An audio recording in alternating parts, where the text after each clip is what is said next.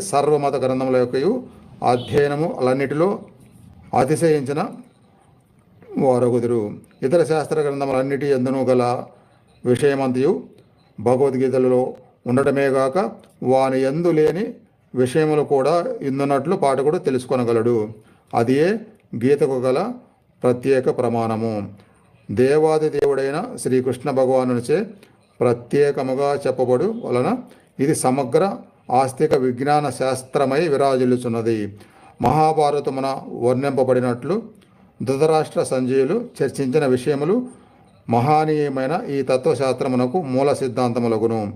ఈ తత్వము అనాది వేదకాలము నుండి పవిత్ర యాత్రాస్థలమైన కురుక్షేత్ర సంగ్రామ రంగమున ప్రభవించినట్లు తెలియచున్నది. భగవంతుడు ఈ లోకమున స్వయముగా ప్రత్యక్షమైనప్పుడు మానవులకు మార్గదర్శక మగుటకు ఈ భగవద్గీత అతనిచే